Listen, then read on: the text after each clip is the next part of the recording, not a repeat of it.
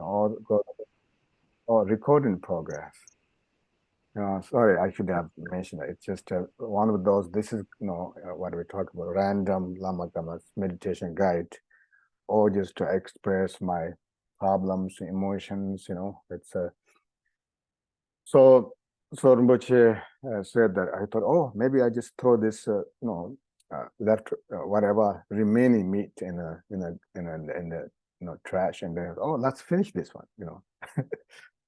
And then all of a sudden, I was at actually Kamala, and he asked our cooks, Lama Karuna or other Anilamas, come to his room, and then he mentioned about the importance of becoming vegetarian. He said, "Start tomorrow, I will be, vegetarian." And I was like, "What?" And I really didn't really believe, because Rinpoche was, every time he goes out to somewhere, he always like to eat meat. He was from calm area, but then he just has this. That's Rinpoche. Like he, uh, if Guru says something, and then he could live up to that. And he has mentioned that his own 16th come up. I told him that he can watch cowboy movies and boxing or something. So that's what Rinpoche watch sometimes. It's like toughness. I know it's boxing. And someone said, "Oh, Rinpoche, you use boxing," and sorry, my computer is suddenly very slow, so I had to turn off my video. Oh, no problem.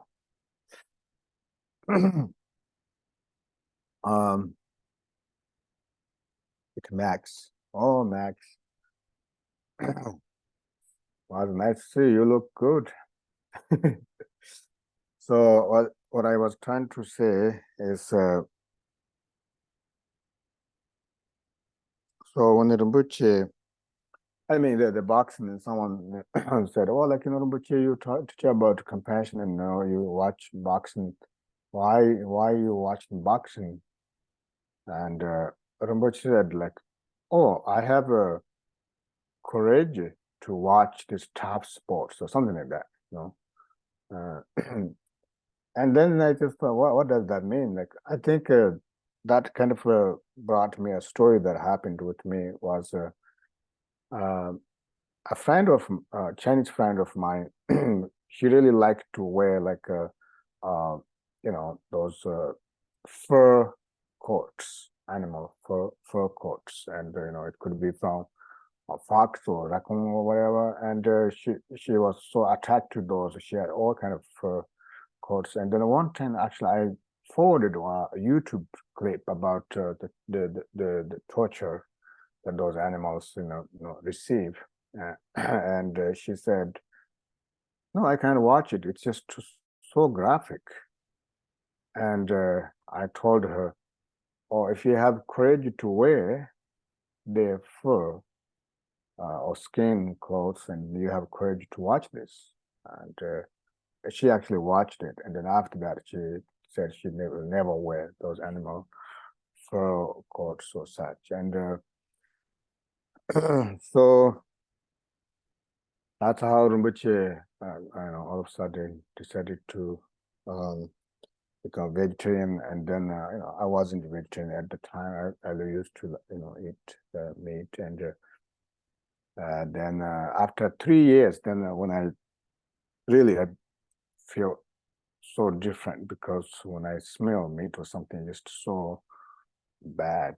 It's like when I was at the monastery. Sometimes the villagers, someone's death, somebody's died, and then I have to go with other monks to cemetery, and give all those things, the flesh and everything, to birds. So there's that smell reminds me that. And then I actually when I went to India, and I told his sons, "Come up, sake of your holiness, long life, and for all beings. Now I really will become real vegetarian." Before that, for 3 years, I wasn't. I was vegetarian, uh, you know, uh, uh, physically, but mentally I wasn't. And so now I mean, my point is that aspiration, and so if I became vegetarian, but you never know what could happen next life. So that's why aspiration is so important. I make aspiration, especially in that year, in Bodhigaya or Infinite Wisdoms come up, or all the sacred places. As it mentioned by Buddha himself, if you make aspiration of in front of nobody's laughing.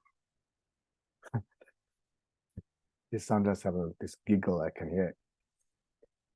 If you make aspiration in front of a relic contained image, which means sometimes I think some of you the center received Rinpoche's the tatsa, right? There's little thing that has the content Rinpoche relic or other any like Buddha statue or bigger Buddha statues, they must have relic, where as long as like it's a stupa or Buddha statue contains a relic, and if you make an sincere aspiration, whatever aspiration you make, you will achieve it. So that's why making aspirations so very, very important. So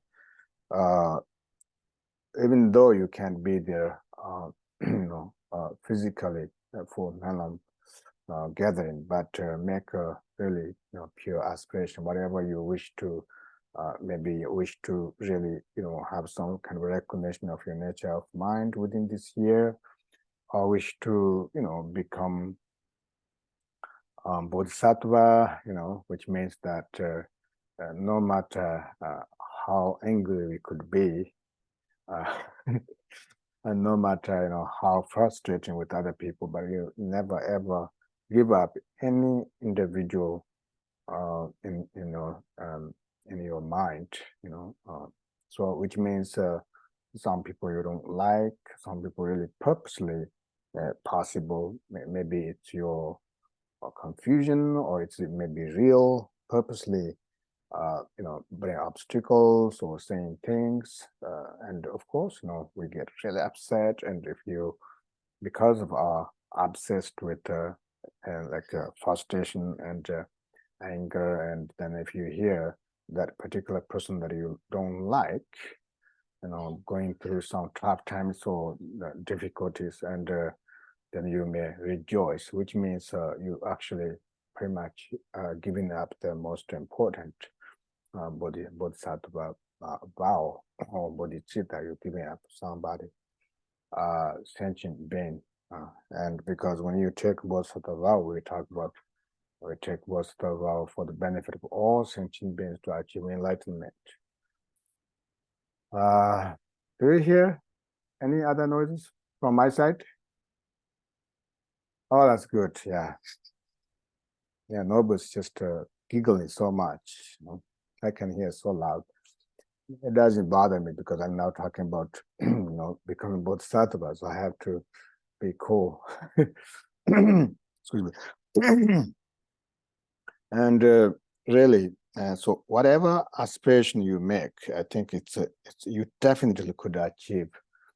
And dedication and aspiration that are different, because dedication means you have to have something that you done something, like maybe you did your practice, or you just did a circumambulation, or you did something positive, and then you say, I dedicate this merit. But aspiration means that you simply make aspiration, not connected with through the virtue of this, that's dedication. So there's no certain you just simply say in the future, may I such in front of Buddha's Bodhisattva, feeling like your own shine. And of course, like someone is like, have a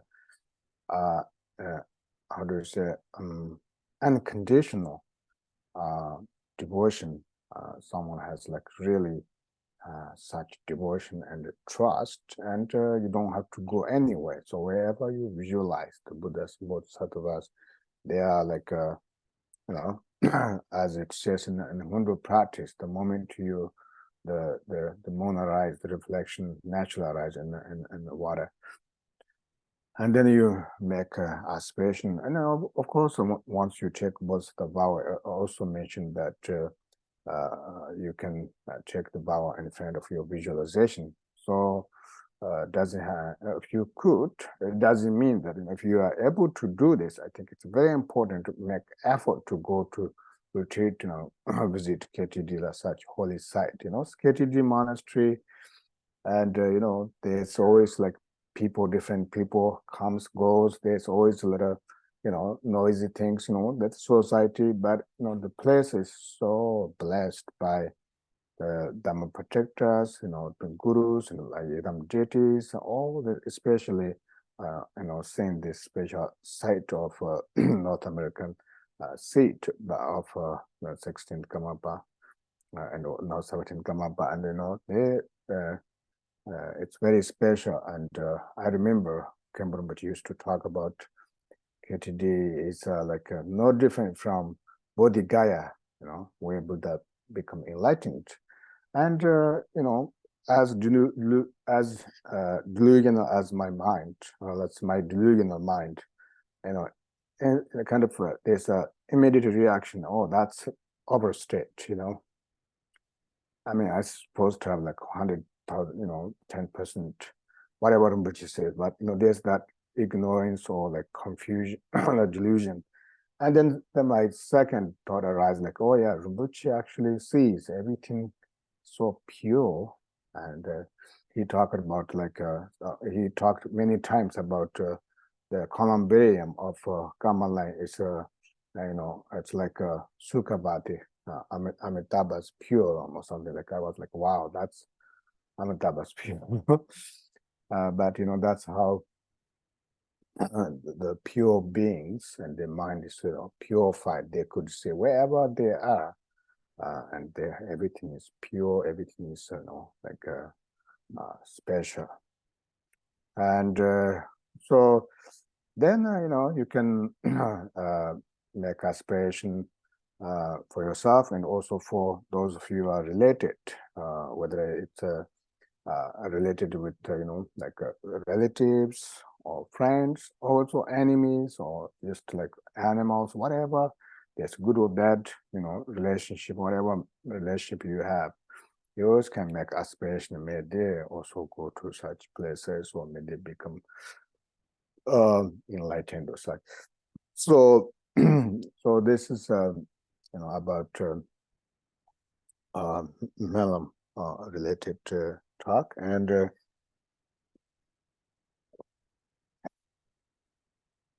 then secondly, I thought I would talk about this,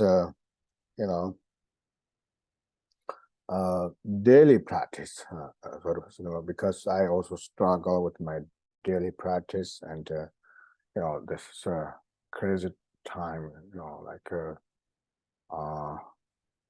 you have family, child, and then like go to school and all kind of busyness, and but at the same time, it's I also discovered that there's always minimize our unnecessary activities. Maybe we don't have to do certain things, like we don't have to do our laundry every day or something, right?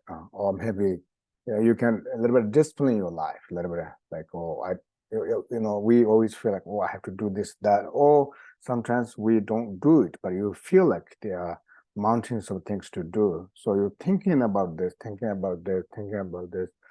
And then at the end, you didn't do anything, but also exhausted by visualizing, right? By visualizing. Instead, I think there's so much time for it. It's kind of maybe you get up like 8 o'clock something, and then go to bed like 11 o'clock or something. So it's time goes very fast, and so we kind of also have to enjoy ourselves. When I talk about enjoy, doesn't mean like whatever you want to do, but also something like inspire to do. But whatever you do is something beneficial. It could be even like washing dishes, can be inspiring, because sometimes visualization is any way you can visualize, even like it's your own family dish, or even in your own dishes. You watch those, and regardless you visualize or not, there's a sense of cleanness. Right? At the beginning, you have this very dirty plates, and you start to wash. And once you wash it, there's a sense of cleansing, and that can be also visualized. I'm washing my dishes, this soup, and wash nicely in order to support my fresh human birth. Equally, I'm also purifying my negative karma, cleaning. So it's all about mind. Even you are on seat on your meditation cushion, but if your mind is not focused with the visualization or like bodhisattva or compassion or such, then it's just a display of your physical body, and temporarily kind of caged there, but not really practicing like immense devotion or such. So it's that's very important. Like daily, we think about the uncertainty about human birth, precious human birth, and why we are able to talk, why we are able to sit, why we are able to chant. We never know. Life is very unpredictable. One day we may not able to do those things. It doesn't have to wait until we get older. So that's, I think, very, very important, to daily kind of be mindful with daily practice. And of course, we want to also a calm mind, and and that is only we can have a kind of a calm mind, or like peaceful mind, if there's some certain satisfaction in our mind, right? Otherwise, you won't have a calm mind, how much you have. The satisfaction, what you're going that you can experience, is all about mindfulness. Okay, I sometimes when at times I feel um, you know mm, maybe let's say if I'm successful when I drive to pick up Nobu, and then go there, talk to parents, and still you can kind of conscious gentle effort to kind of maintain your own kind of serenity. You don't have to totally get into the conversation emotionally, right? You are there, looking at each other, talking, but also you are your own. Now, sometimes, like, when our mindfulness is not there, we're talking with someone, and then, we emotionally involved, and then sometimes, that kind of stress us more. And so if I could do sometimes those kind of, I'm sure everybody could do it, because everyone has different personality, and I'm kind of very emotional person. And so those are, I thought maybe very important in my own kind of when at times or at days when it's and I oh my God, my English is getting worse now. At days, if I become lucky, but I really think at the end, everything comes to visualization or contemplation of impermanence. If you think about impermanence, then you don't repeat your history about like how much you have done, great, such. It's all about like how I utilize, the next hour, because everything is change. Nothing, life doesn't wait for us. We take the opportunity. So if someone think about impermanence, my uncle Lama Sonam, who's now 93 years old, and I just watch him and Khenpo Rinpoche, and when Lama Sonam, while he talk, he still recite Aman Bimam. And then the Khenpo Rinpoche, he's just so liberated, while he talk, it's just so heavy movement, is so beautiful. like people said like sometimes they get scared because Rinpoche walks through the shrine and they don't even hear his step. He's like almost like 200 pounds, right? So it's not about like just how he moves with it gently, you know. It has to do with the mind also, actually, you know. And some of us like very emotional person, like walking and like so noisy. But anyway, I thought maybe because my teaching is not particularly designed, and even I design my teaching something, and I'm never good about this, you know. I somewhat, I just okay, this is first, second, third, and then end up, everything mixing together, and I feel always good to kind of kind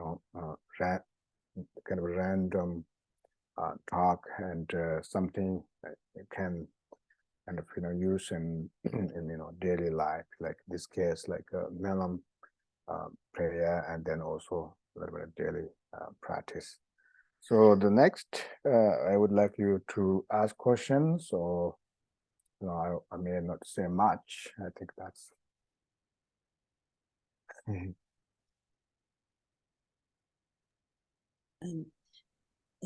we'll be. Is there going to be a link so we can join in the prayer for this weekend?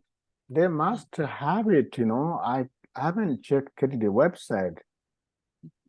I really, well, be honest with you, I'm so out of it, and because they're doing such great job. Whenever they ask me help something, which is not doesn't happen often, I would go. Otherwise, I'm very busy, and then I go there just to help a little bit. But I don't really. I just mentioned that because I assume it's webcast. I mean, that's because I saw our IT person is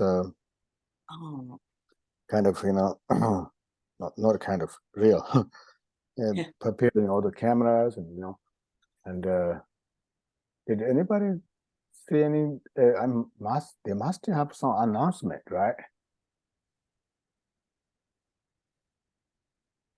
Max or anybody saw any announcements about the webcast? Oh, I think your line is not so good. I can't hear. Maybe it'll pop up somewhere, like last Well, minute. the KTD newsletter, and also Zampa announced the Monlam, and but I don't know. Without moving off my screen, I'm not good at this either. Yeah. I don't know if it's got a Webcast. link that we can click on to join, but I'm assuming to everyone. Okay, so Max is checking, and he'll send it when he finds out. But I think it's on the KTD website. Yes, I think you can go to the ktd.org website and click on the. It would be kaju.org. Kagu.org. Yeah, kaju.org. Okay. Well, that'll do it because you can access it from there, I'm sure. And I thank you for reminding me. That starts day after tomorrow. Yeah, on Saturday. Saturday. Okay. Great. KTD YouTube. Like I say, usually streamed on YouTube, KTD's YouTube channel. That's what I'm thinking. Yeah.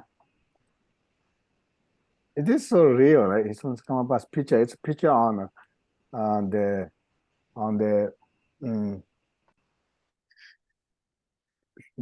glass. It looks like he's really there. It does, right? It does. I noticed that before. I thought somebody was there. How did you make him so small? It looks like he's watching in on.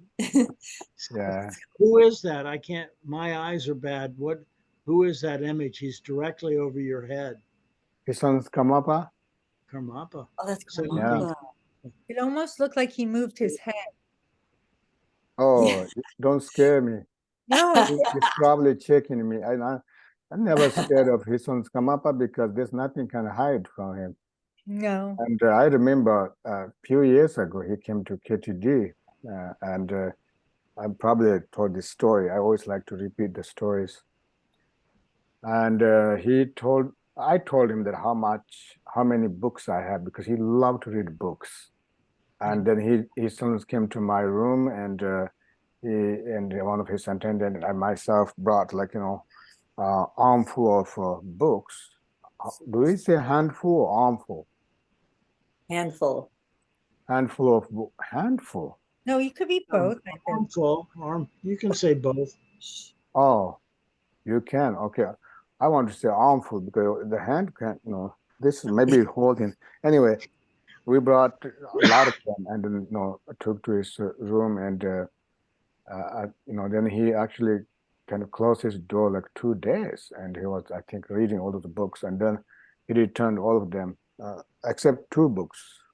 He said, I will be taking these 2 books. One is a life story of Tsongkhapa, the founder of Gelupa, and the other was a kind of poetry book. And it's his own come about that this is the only opportunity, the best opportunity in my life. But my mind was so greedy because I love my book so much. I had this feeling of like, oh, I lost 2 books, And I did say yes, his own, of course, but there's that. No, I won't be able to find those 2 books, easily because especially once you're in US, not easy to find Tibetan books. And then he went to Seattle, and after 1 month, he returned to India. And before he returned to India, he gave those 2 books to Khenpo Tenchong and told him that make sure you give those to Lama Karma. And he just saw my greedy, That's how detailed he is, Otherwise, like his son's come up by taking 2 books, it's Daniel Ken. Hi, Daniel. Oh, I can't. I saw him. I just moved. Yeah. Hi, Daniel.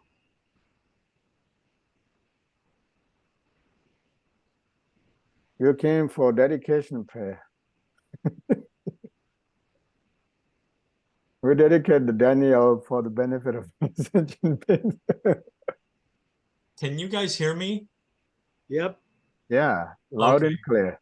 I was on a Zoom earlier and I was having sound problems. Yeah.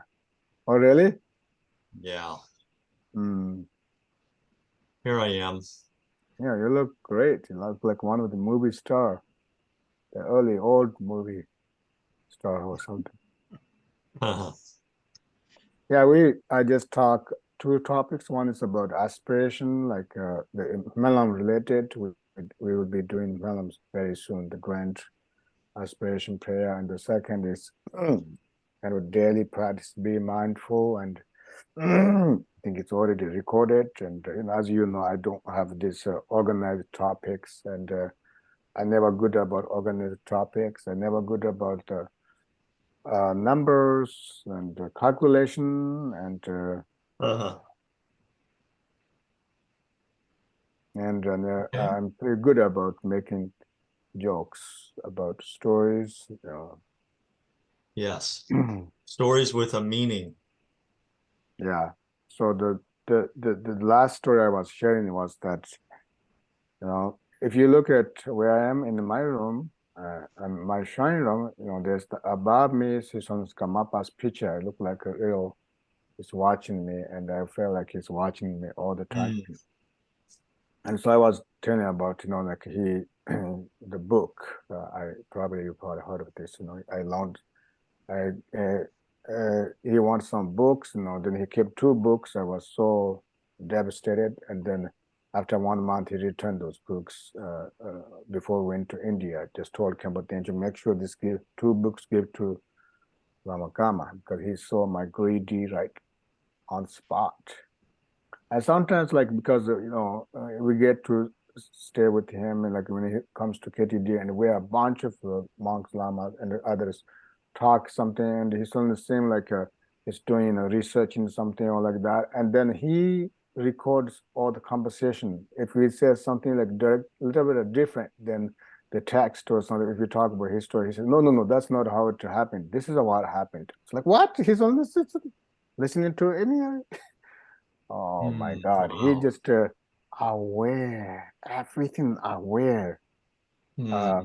There was a story that his Kimball talk about, like 16th Kamapa, and I once actually asked him, like, you know, how was 16th Kamapa look like or feel like and Kimball said he just aware everything, Wow. nothing missing, and that's exactly my experience with 17th Kamapa, because I did Akshobhya retreat twice with him in India. And it's just so powerful is that, but also the same time, same token, he also so much, you know, you feel like every individual in that room feel like he's just so much pay attention to you, right? And in the middle of all these dignities, question, but still you feel like you are special when you are next to him. Yeah. Hmm. I went to see the Karmapa when he was in Seattle in 2008, I think. Mm-hmm. And that's the time he has my book. Yeah.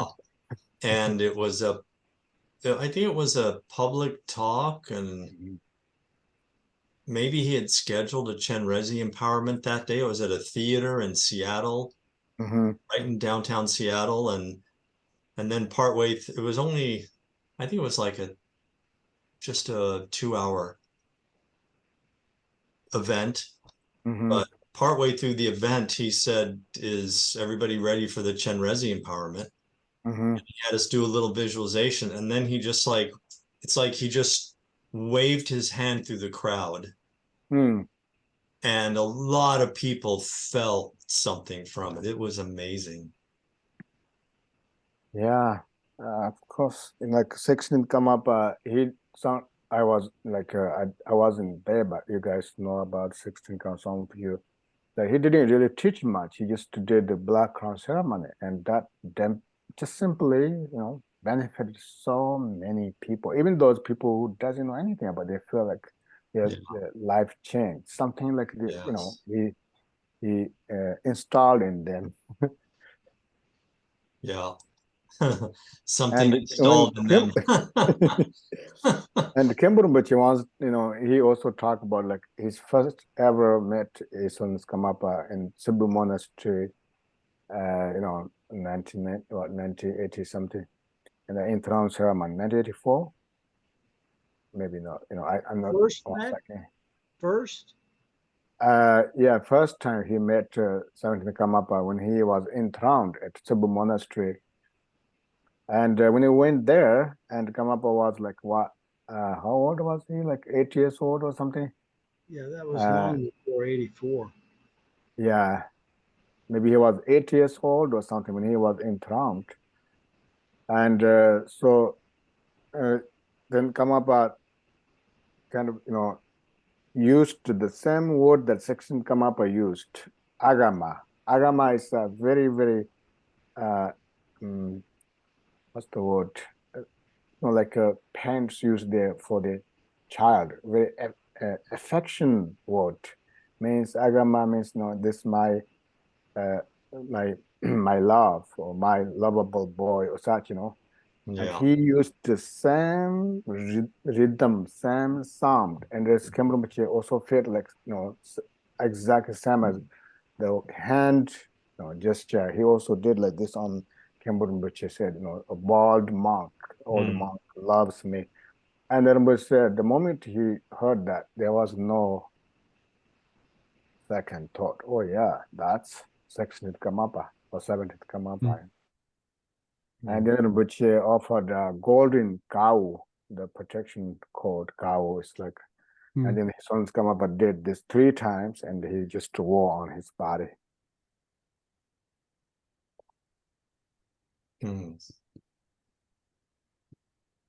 Does the 17th Karmapa ever do the Vajra crown ceremony? He never does, and he can't also because the Vajra crown ceremony. I mean, the hat is politically locked up in the Rinpoche monastery, because of the division, and no one can open it. It's so sad. When you go to Rinpoche monastery, the 16 Karmapas residents all locked up. It's just nobody can go there. It just becomes really, it looks so sad, the grass growing and yeah. Bruce, I heard that the Karmapas say that the Akshobi empowerment is close or similar, and he's done a lot of those, I think. Well, I was just curious because I saw the 16th Karmapa. I went to the Vajra crown ceremony. Oh wow, So that's so nice, Bruce. Where was the venue? Shrine Auditorium, Wow. which is it's a hall in downtown Los Angeles, which is, I mean, it's a large place. They used to have concerts there and things. This was in one of the side halls, and there were a few hundred people in attendance.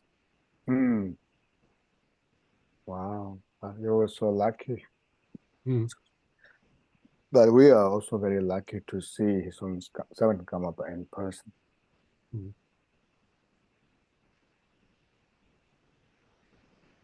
Any other questions?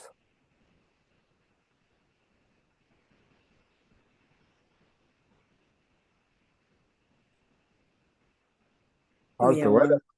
Yes, please. Sorry. So if you want to follow along with the prayers, like if you were there, like they give you those little booklets to read the prayers. Is there anything like that online? Yeah, Lisa, it's hard to tell, as I mentioned, Okay. That's okay. not really know where, I mean, sometimes like the Malam or the Puja's webcaster, and then they kind of display on the computer, right? The page, everything. But if you have a Malam book, you may able to read it, but it could be like they may have the newest version of the book, pages may not match. However, if they say, prayers to 12 deeds of Buddha, and then even you don't, the page doesn't match, you know where that is, Right. So, okay. Yeah. Wow. Thunder lightning here going on. You're all going to be famous. Thunder lightning.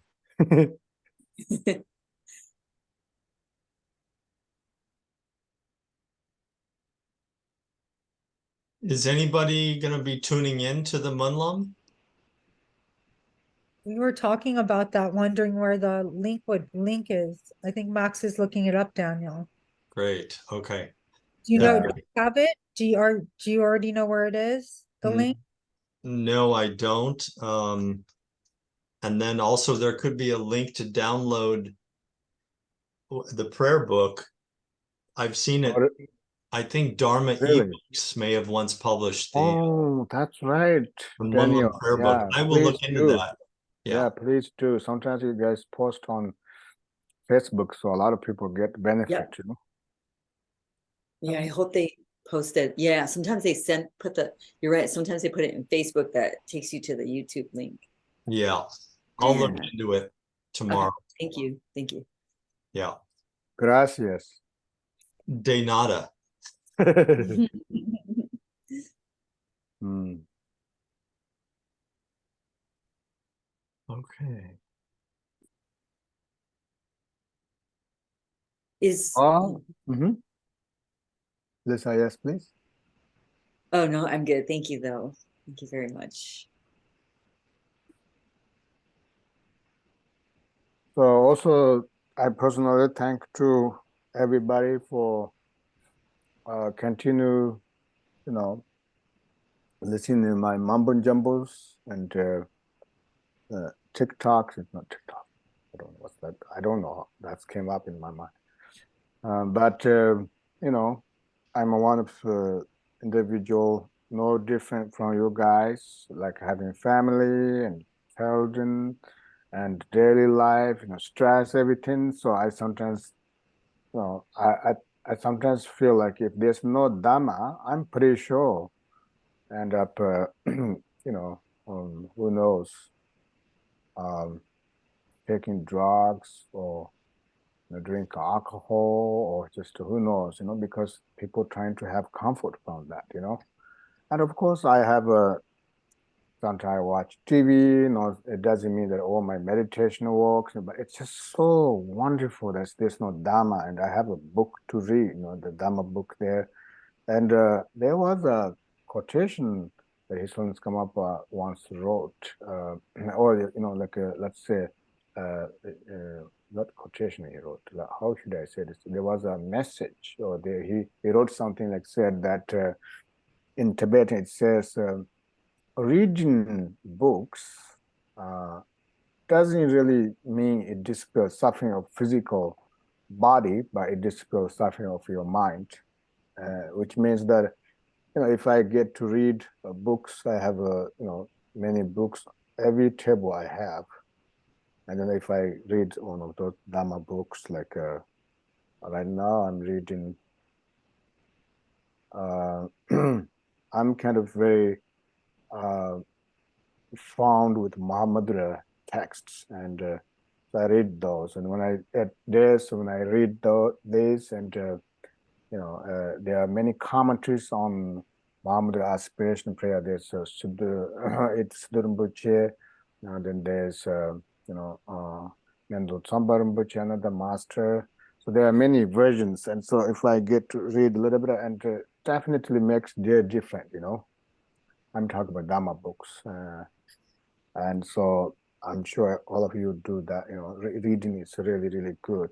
If you read a little bit and then connect that with your mind, it's for me, it's the only medicine I have. Sometimes I forget to take those medicines. Don't forget calamine lotion. Calamine lotion for my poison ivy attack. Yeah, you've got to write that down, otherwise you're not going to remember it. Write it down. Yeah. That's how it's Thank spelled. you. Now I'm not going to buy anything. I'm just fuck my body. It's almost over. That's why I was very stubborn to take any medicine, and then Cherry bought one medicine. I put a little bit. But it's thank you so much. That's so good to know, because at my area I have so many poisons. Danny, I was talking about I got poison every terrible attack, and it's almost over. So it's colorful for my body. Yeah. I just posted the link. Everybody, please go to chat and get the link for the Thank you. Kagyu Munlam prayer book. Thank you. All right, that's wonderful. Good. So Yeah. now your homework is Oh man, try to exciting. join Malam as much as you can, and then try to do daily practice. And I Yeah. give you homework, then I sometimes forget to do that homework. That's But Khenpo Rinpoche, when he taught the Chamyu Rinpoche's book, Mountain Dhamma, says that someone plays a deaf person plays conch really good, but he can't hit, but still benefit. So that's me. I don't have all the practice, everything what I said, but it's just so wonderful. Every practice is a medicine, and once we don't have practice, don't do daily practice, and then we keep taking poison. It's like poison ivy, right? We're taking poison, because there's a reason why they call it poison, like anger, all those, defilements, and all those stress, everything, we just keep taking it. Then we still want to be healthy. It's almost impossible mentally and physically. So if we just do a little practice every day, and then you feel, different. Yeah. All right. So let's dedicate the merit of today's session for the benefit of all sentient beings to achieve enlightenment. And we started 9:30, and it's almost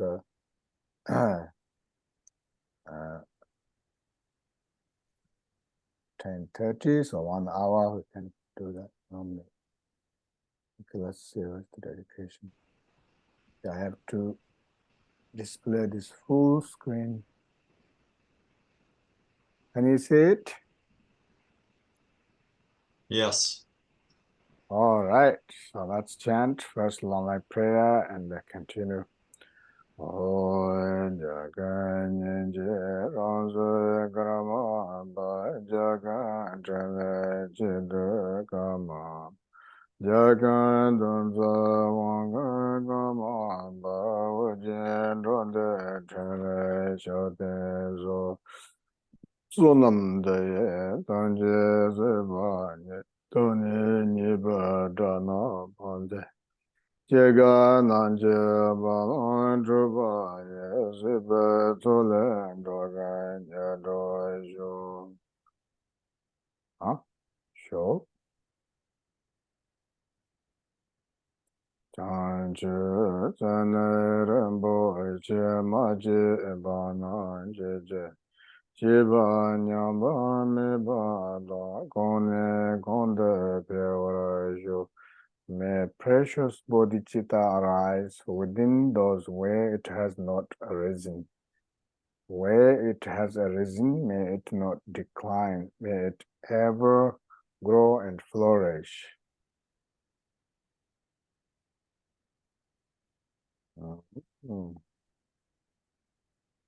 Oh, Lasso. Daniel, do you have a joke? You sometimes do that kind of interesting